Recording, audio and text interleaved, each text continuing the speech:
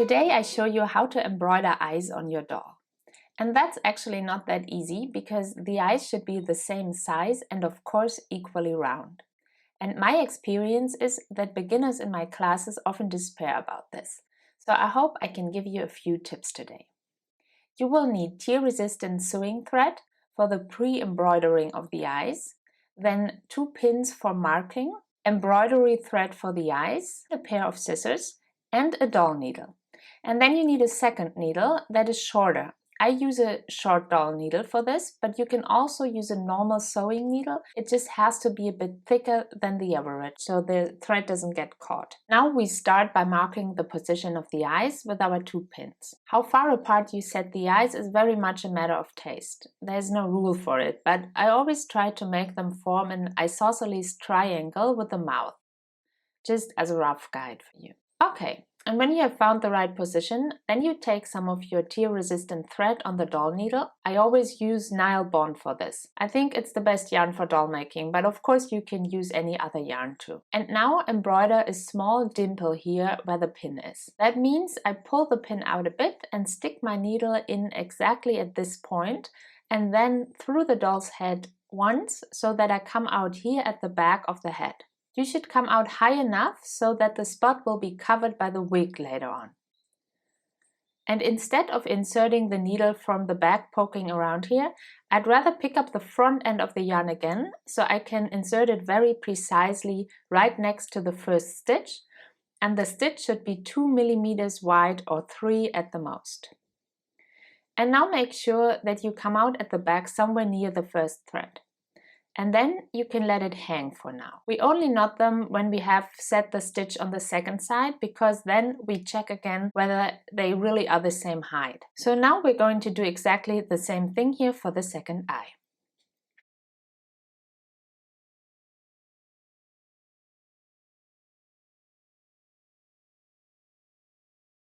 Alright, and now I pull both sides tight and check again whether my eyes are really at the same height and the same distance from the nose. And for example, I can see now that I have to lower it a little further here. So I'll just correct it real quick. Okay, now if the height is right, then I can knot it at the back and tighten it. And watch out now that both sides are pulled in equally so that one dimple is not deeper than the other. Now I pull the ends of the thread into my head with my doll needle. And then I can cut them off. Great, next I'm going to draw my eyes. And you can take a colored pencil for this and maybe dip it in water, then it will draw a little better on the jersey. Or you can just use a self-erasing marker like I do. And in fact, for beginners, when we want to embroider a perfectly round eye, it usually happens that we end up embroidering an egg shape or an oval. Why is that? Because as the eye is embroidered across, meaning in horizontal stitches, the jersey gets pulled together a bit with every stitch. And that's why the eye turns out slightly oval at the end. And of course, that's not what we want. So therefore, when we draw it now, we draw it a bit broader than we actually want it to be, like a lying oval, so to speak. And also, I draw it a bit smaller than I want it to be because we embroider around the outside so that we really can't see any traces of the pen on the jersey afterwards, because sometimes it doesn't go away completely and a little bit of it stays on the jersey, so that's why we do this. Okay, now let's start. The first thing you need now is your doll needle again, because we make the first stitch through the head to the back and then continue embroidering with the other needle in cross stitches. First of all, we insert the needle here at the lowest inner point of the eye and pierce it through to the back of the head, leaving a bit of thread hanging here. And now you can cut off about 1/2 meter or 20 inches. Not too long, otherwise it will get caught in the jersey. And now I'm changing the needle, so I take a slightly smaller needle, and I'm now making straight horizontal stitches using the, I think it's called overlock or overcast stitch. So I always go around in the same direction and insert the needle from the same side again. And what you can use as a guide are the ribs of the jersey. This means that I take 1, 2, 3, 4, 5, 6 ribs on the needle for my first stitch, Then I make sure that I come out 1 or 2 ribs further to the outside. And on the other side, also I expand the stitch by 2 ribs. That is to evenly widen the eye. And on the next stitch again, I go 1 rib further or 2 if you like. It always depends a bit on how big you want the eye to be.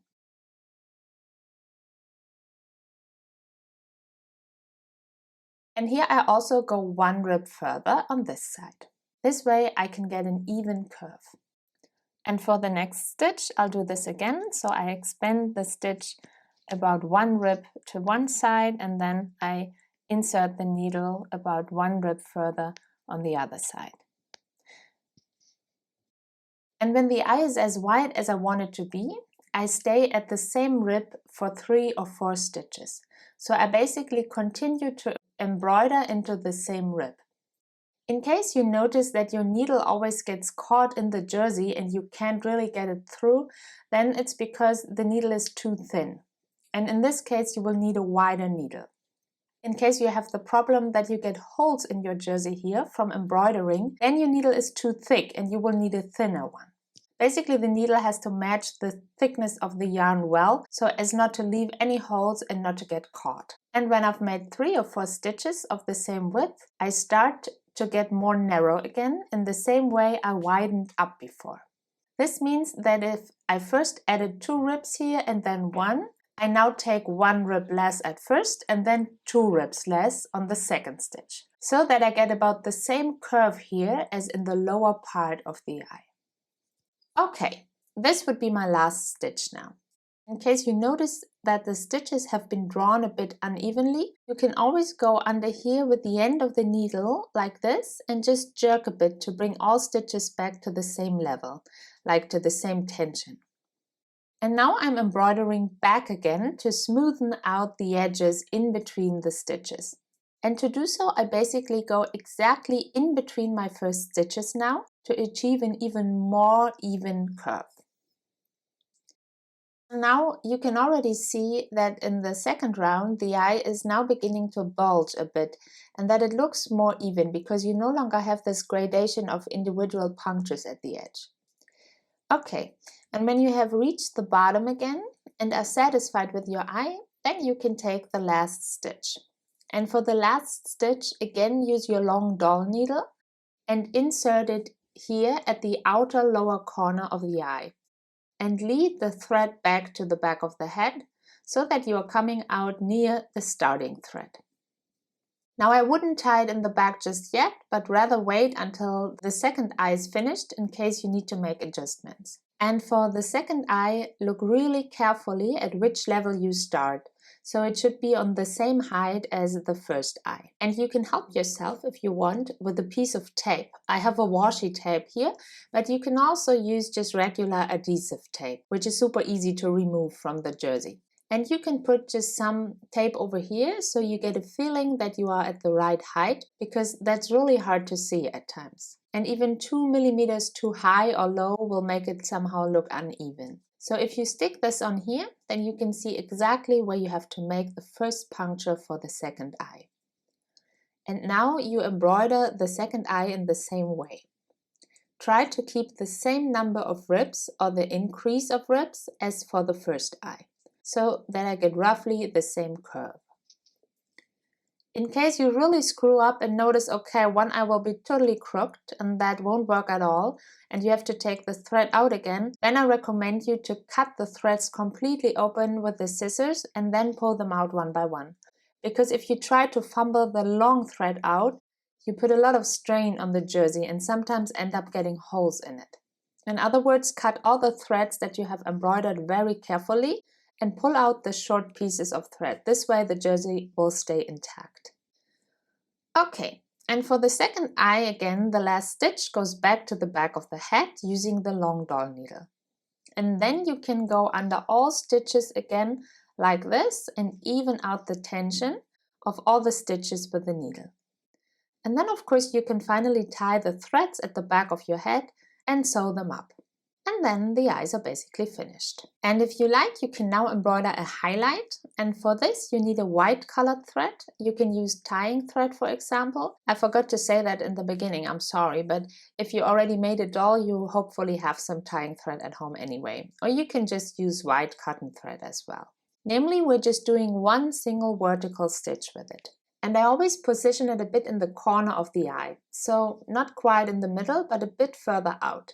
And then I go down 2 or 3 millimeters vertically here and make a single stitch.